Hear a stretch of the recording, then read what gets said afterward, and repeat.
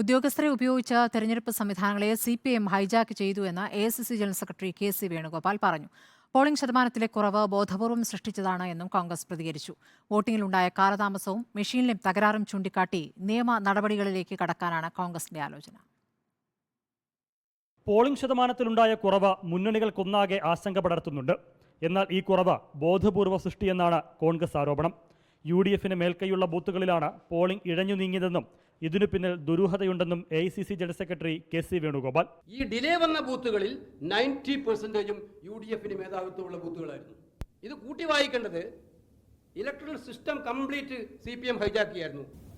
ഇതിൻ്റെയൊക്കെ ആകത്തുക polling percentage കൃത്യമായി കുറച്ചു കൊണ്ടുവരിക എന്ന ലക്ഷ്യത്തോടു കൂടി നടത്തിയിട്ടുള്ള തിരഞ്ഞെടുപ്പ്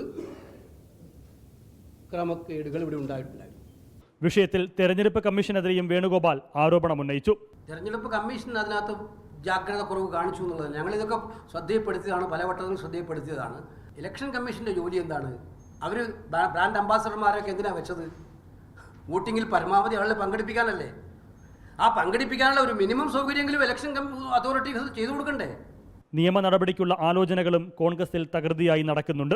അട്ടിമറി ശ്രമങ്ങൾ നടന്നെങ്കിലും UDF അതിനെ അതിജയിക്കുമെന്നും നേതാക്കൾ ആത്മവിശ്വാസം പ്രകടിപ്പിച്ചു. കേരളത്തിൽ 2020 എന്ന് ആവർത്തിക്കുകയാണ് കോൺഗ്രസ് നേതാക്കൾ. റിപ്പോർട്ടർ, തിരുവനന്തപുരം.